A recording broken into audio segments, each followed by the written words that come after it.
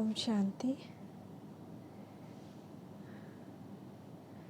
आज की मुरली है, मीठे बच्चे, तुम ब्राह्मणों को देवताओं से भी जास्ती रॉयल्टी से चलना है, क्योंकि तुम अभी निराकारी और साकारी उच्च कुल के हो। प्रश्न है, किन बच्चों का मुखड़ा चेहरा फूल की तरह खिला हुआ रहेगा?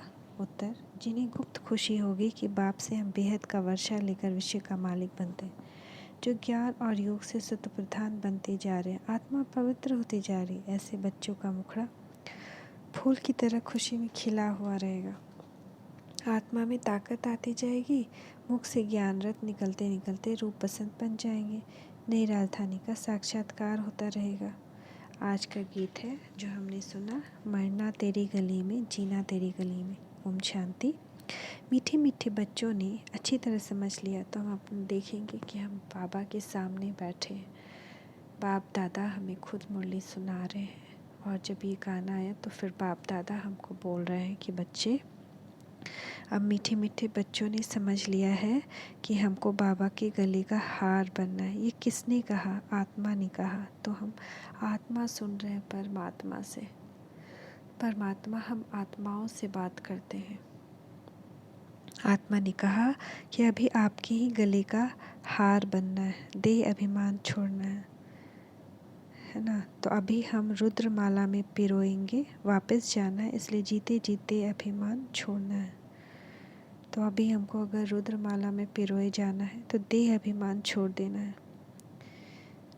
आत्मा परमात्मा की संतान है, उनसे ही अब हम वर्षा ले रहे हैं। बच्चों को यह नशा रहना चाहिए, तो बुद्धि शिव बाबा के पास चली जाएगी।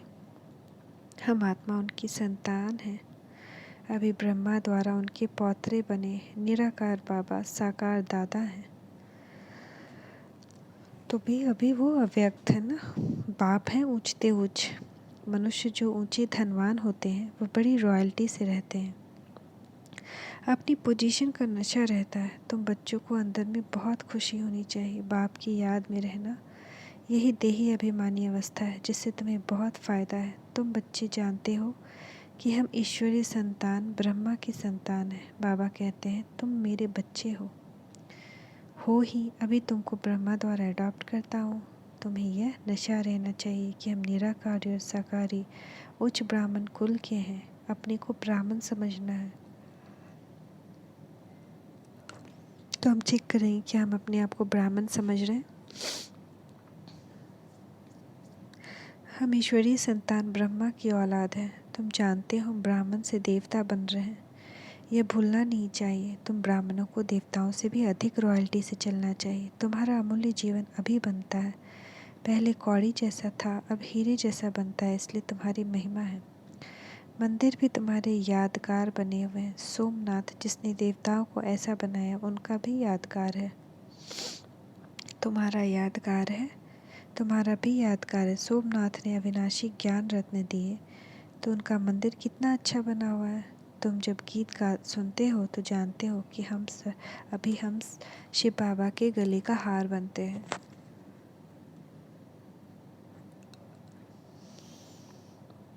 बाबा हमको पढ़ाते हैं, हमको पढ़ाने वाला कौन है? वह भी खुशी होनी चाहिए। पहले अल्फ बे पढ़ते हैं, तो पट ज़मीन पर बैठ पढ़ते हैं, फिर बेंच पर पढ़ते हैं, फिर कुर्सी पर, है ना। प्रिंस प्रिंसेस तो कॉलेज में कोच पर बैठते हैं। वहाँ पे सतयुग में कोच रहता है, सोफ़ा रहता है शान वाला गद्दी रहता है, वहाँ पे बैठ के प्रिंस प्रिंसेस पढ़ते हैं। और जाते भी पैदल नहीं है, जाते भी पुष्पक विमान से हैं। उन्हों को पढ़ाने वाला कोई प्रिंस प्रिंसेस नहीं होता, वह फिर भी कोई टीचर होता है, परंतु मर्तबा तो प्रिंस प्रिंसेस का उच्च होता है ना। तुम तो सतयुगी प्रिंस प्रिंसेस से भी उच्च हो ना, वह फिर देवताओं की संतान है, तुम हो ईश्वरीय संतान। तो कितना नशा रहना चाहिए। नशा है हमें, हम हैं बच्चे प्यारे, वो बाबा हमारा, मम्मा हमारा, मम्मा हमारा तुम हो ईश्वरीय संतान, जिससे वर्षा लेना है, उनको याद भी करना है। अभी हमको उनसे इतना कुछ मिल रहा है, इतना कुछ, तो क्यों ना याद करें उनको। उठते बैठते व्यवहार में रहते, उनको भूलना नहीं चाहिए। याद से ही हेल्दी वेल्दी बनते हैं। बाप बच्चों को विल कर वानप्रस्थ में जाते हैं तो फिर कुछ भी नहीं रहा, सब कुछ दे दिया। इतना कुछ बाबा करते हैं, शिव बाबा कर संसार बनाते हैं, संसार सजाते हैं, हम लोग के लिए नई दुनिया देते हैं, स्वर्ग देते हैं, लेकिन खुद उसको एंजॉय नहीं करते हैं। जैसे माँ बाप क्या करता है, लौकिक में भी माँ बाप क्या करता है, अपने बच्चों को के लिए बहुत मेहनत करता है, घर बनाता है और सब कुछ दे करके फिर चला जाता है। तो उसी तरह से यहाँ पे भी बाबा जो है ना, सब कुछ दे करके वापस परम धाम चले जाते हैं।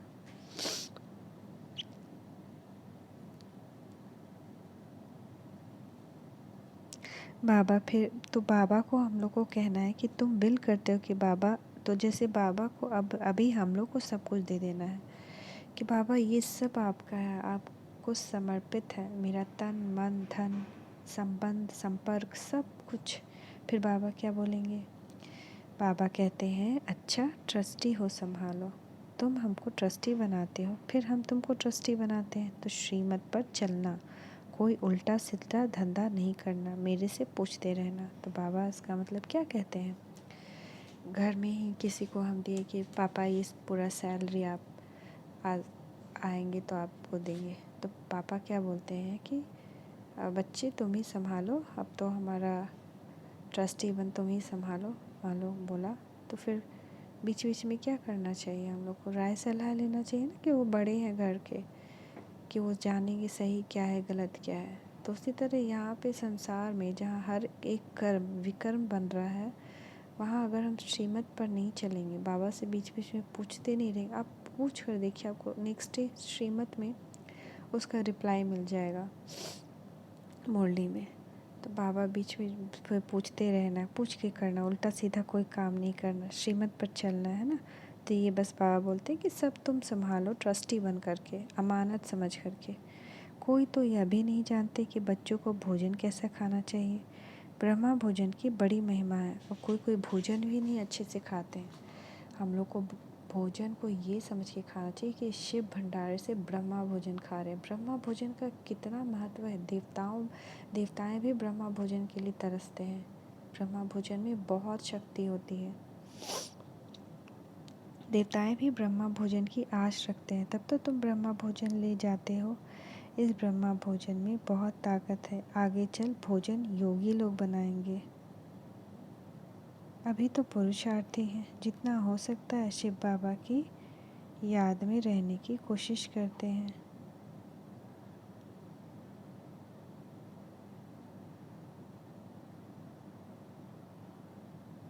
बच्चे तो है ना, खाने वाले बच्चे पक्के होते जाएंगे तो बनाने वाले भी पक्के निकलते जाएंगे, निकलते रहेंगे। ब्रह्मा भोजन कह देते हैं, शिव भोजन नहीं कहते, शिव का भंडारा कहते हैं।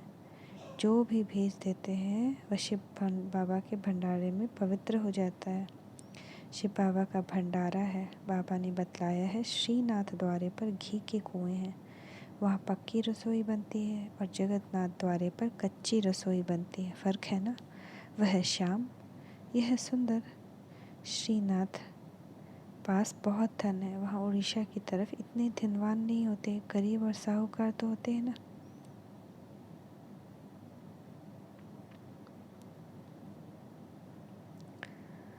अभी तो बहुत गरीब है, फिर साहूकार होंगे। इस समय तुम बहुत गरीब हो, वहाँ तो तुमको 36 प्रकार का भोजन मिलेगा, तो ऐसी तैयारियाँ करनी चाहिए ना। भल प्रजा में भी 36 प्रकार का भोजन खा सकती है, परंतु राजाई का मर्तबा तो ऊँच है ना, वहाँ का भोजन तो बहुत फर्स्ट क्लास होगा। सब चीज़ें A1 क्वालिटी की होती हैं, यहाँ सब चीज़ें Z क्वालिटी की हैं। दिन रात का फ़र्क है ना, अनाज आदि जो कुछ निकलता है वह सब सड़ा हुआ रहता है। तुम बच्चों को बहुत नशा रहना चाहिए, कोई बड़ा इम्तिहान पास करते हैं तो नशा रहता है ना, तुमको तो बड़ा उच्च नशा रहना चाहिए। हमको भगवान पढ़ा रहे हैं, जो सर्व का सदगति दाता है। बाप कहते हैं मैं तुम्हारा ओबीडियंट सर्वेंट हूँ। बाप बच्चों का ओबीडियंट सर्वेंट होता है ना। बच्चों पर बलि चढ़ फिर खुद वानप्रस्थ में चले जाते हैं। बाप कहते मैं भी बलि चढ़ता हूँ, परंतु तुम पहले बलि चढ़ते हो। बलि चढ़ना मतलब अपने आप को ख़त्म करना नहीं, समर्पित हो जाना। आदमी मरता है तो उसकी चीज़ें करनी घोर को दे देते हैं, साहूकार होते हैं तो फर्नीचर आदि भी दे देते हैं। तुम बच्चे क्या कर देते हो? कीचड़ पट्टी, उसकी तो हम लोग बाबा को क्या देते हैं? कीचड़ पट्टी अपना विकार, उसकी एवज में क्या मिलता है? गरीब ही वर्षा लेते हैं, बलिहार जाते हैं। बाबा लेते क्या है, देते क्या है?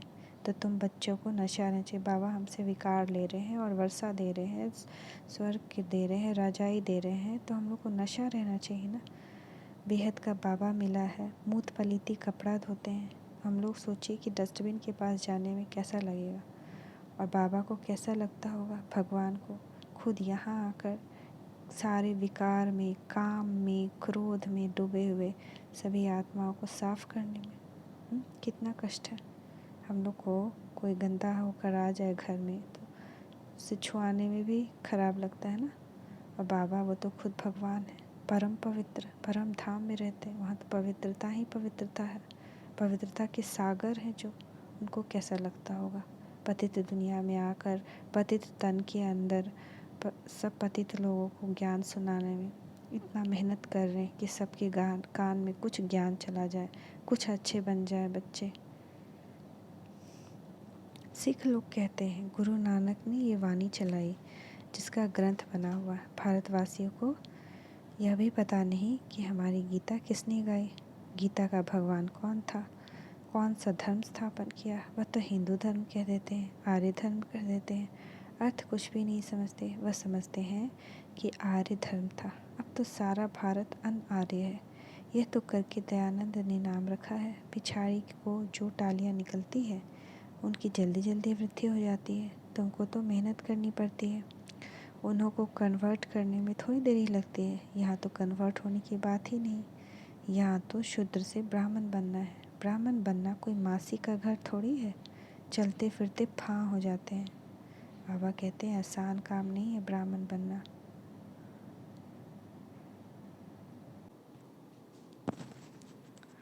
चलते फिरते फां हो जाते हैं। बाबा कहते हैं कोई गला भी काट दे तो भी अपवित्र नहीं बनना है। बाबा से पूछते हैं इस हालत में क्या करूं? तो बाबा समझ जाते हैं कि सहन नहीं कर सकते। तो बाबा कहते हैं जाकर पतित बनो, यह तो तुम्हारे ऊपर है। वह तो करके एक इस जन्म के लिए मार देंगे, तुम तो 21 जन्मों के लिए अपना कत्ल करती हो। चलते चलते माया जोर से थप्पड़ मार देती है, बॉक्सिंग है ना, एक ही घूंसे से एकदम नीचे गिरा देती है। 15-20 वर्ष के शुरू से आए हुए भी ऐसे हैं जो एकदम छोड़कर चले जाते हैं, मर पड़ते हैं। ऐसे भी नाजुक हैं, भूल पर तो पछताना होता है ना। बाप समझाते हैं बच्चे तुम यह डिससर्विस करते हुए ठीक नहीं है। शिक्षा तो दी जाती है ना, कोई घूंसा नहीं लगाया जाता। ऐसे कहते हैं ना, घर में बच्चे बहुत तंग करते हैं तो चमाट लगानी पड़ती है। बाबा कहते हैं अच्छा, उनके कल्याण के लिए करके थोड़ा कान पकड़ लो, जितना हो सके बड़े प्यार से समझाओ। कृष्ण के लिए भी कहते हैं कि उनको रस्सी में बांध देते थे, परंतु ऐसी चंचलता वहाँ होती नहीं। इस समय के ही बच्चे नाक में दम कर देते हैं, तो ऐसा होता नहीं है। कृष्ण चंचल नहीं थे ऐसे, बहुत ही सत्युगी बच्चे, बहुत ही सर्वगुण संपन्न। तो बाप समझाते हैं बच्चे मंजिल बहुत ऊंची है, हर बात में पूछो। पापा युक्तियाँ बतलाते रहेंगे। हर एक बीमारी अलग अलग होती है, कदम कदम पर सावधानी लेनी है, नहीं तो धोखा खा लेंगे। बहुत बहुत मीठा बनना है। शिव बाबा कितना मीठा, कितना प्यारा है, बच्चों को भी ऐसा बनना चाहिए। बाप तो चाहेंगे ना बच्चे हमसे भी ऊंचे बने, नाम निकाले। ऐसा फर्स्ट क्लास बनो जो हमसे भी तुम्हारा उच्च पद हो।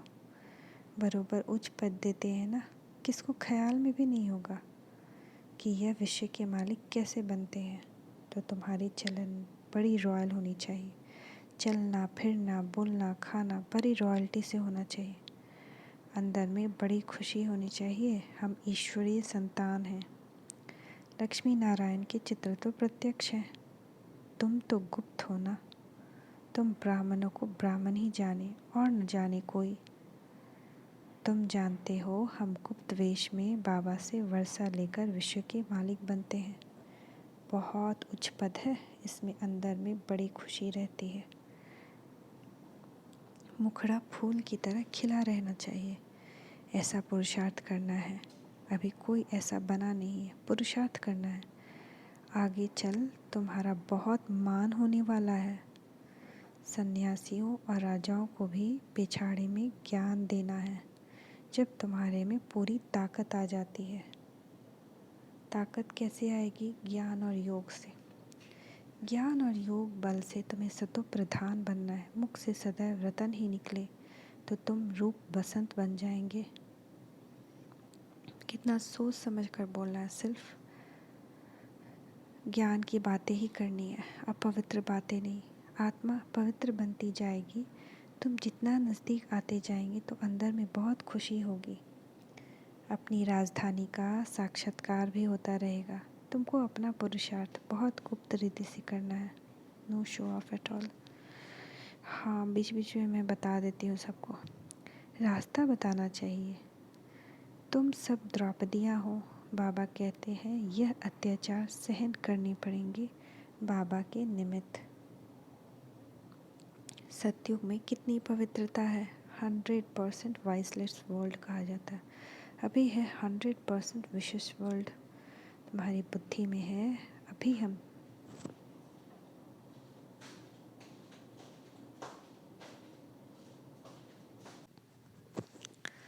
तुम्हारी बुद्धि में है।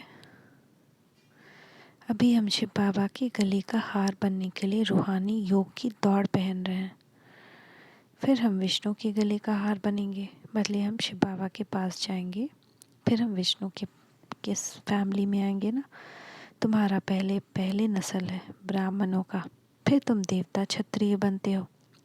उतरती कला में तुमको सारा कल्प लगता है और चढ़ती कला में सेकंड लगता है।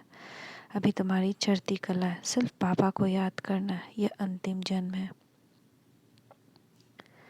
गिरने में तुमको 84 जन्म लगते हैं। इस जन्म में तुम चढ़ते जाते हो। बाबा सेकंड में जीवन मुक्ति देते हैं। वह खुशी रहनी चाहिए। कॉन्ट्रास्ट किया जाता है। उस नॉलेज से हम क्या बनेंगे और इससे हमें क्या बनेंगे, यह भी पढ़ना है, वह भी पढ़ना है। बाबा कहते हैं गृहस्थ व्यवहार में रहते भविष्य के लिए पुरुषार्थ करना है। आसुरी और दैवी कुल दोनों से तोड़ निभाना है। तो ऐसा नहीं कि आसुरी कुल में है तो उसको छोड़ देंगे, और दैवी कुल यानी ब्राह्मण कुल, उन लोग के साथ भी तोड़ निभाना है। एक एक का बाबा हिसाब लेते हैं, फिर उस पर वैसी युक्ति बतलाते हैं कि इस पर ऐसे चलो। भल कोई गुस्सा करे परंतु तुमको बहुत मीठा बनना है। कोई गाली दे तो भी मुस्कुराते रहना है। अच्छा, तुम गाली देते हो, हम तुम्हारे ऊपर फूल चढ़ाते हैं तो एकदम शांत हो जाएंगे। 1 मिनट में ठंडे हो जाएंगे। बाबू रांझो रमजबाज हैं, बहुत रमजे युक्तियाँ बताएंगे। पतितों को पावन बनाते हैं तो जरूर रमज होगी ना। श्रीमत लेनी है, श्रीमत से श्रेष्ठ बनने के लिए ही आए हो। अच्छा, मीठे मीठे सिक्के लदे बच्चों प्रति माता पिता बाप दादा का याद प्यार और गुड मॉर्निंग। रूहानी बाप की रूहानी बच्चों को नमस्ते। रूहानी बाप बच्चों की रूहानी माता पिता बाप दादा को याद प्यार। नमस्ते बाबा, नमस्ते। शुक्रिया बाबा, शुक्रिया। धारणा के लिए मुख्य सार। पहला, ऐसा फर्स्ट क्लास मीठा और रॉयल बनना है जो बाप का नाम बाला हो। कोई गुस्सा करे, गाली दे तो भी मुस्कुराते रहना है। दूसरा, श्रीमत पर पूरा पूरा ट्रस्टी बनना है। कोई भी उल्टा धंधा नहीं करना है, पूरा पूरा बलिहार जाना है। वरदान, पूर्वजपन की स्मृति द्वारा सर्व की पालना करने वाले शुभ वृत्ति व मनसा शक्ति संपन्न भव। हम सब पूर्वज आत्माएं हैं, तो ये अगर स्मृति रहेगी तो सर्व की पालना यानी सर्व का केयर करना कैसे वृत्ति के साथ? शुभ वृत्ति और मनसा शक्ति के साथ। किसी भी धर्म की आत्माओं को मिलते व देखते हो तो यह स्मृति रहे कि यह सब आत्माएं हमारे ग्रेट ग्रेट ग्रैंडफादर की वंशावली हैं। हम आत्माएं, ब्राह्मण आत्माएं पूर्वज हैं और पूर्वज सभी की पालना करते हैं। आपकी अलौकिक पालना का स्वरूप है बाप द्वारा प्राप्त हुई सर्व शक्तियाँ अन्य आत्माओं में भरना। जिस आत्मा को जिस शक्ति की आवश्यकता है उसको उसी शक्ति द्वारा पालना करना। इसीलिए अपनी वृत्ति बहुत शुद्ध और मनसा शक्ति संपन्न होनी चाहिए। स्लोगन: जिसके पास ज्ञान का विनाशी धन है वही दुनिया में सबसे बड़ा संपत्तिवान है। जिसके पास ज्ञान का विनाशी धन है वही दुनिया में सबसे बड़ा संपत्तिवान है।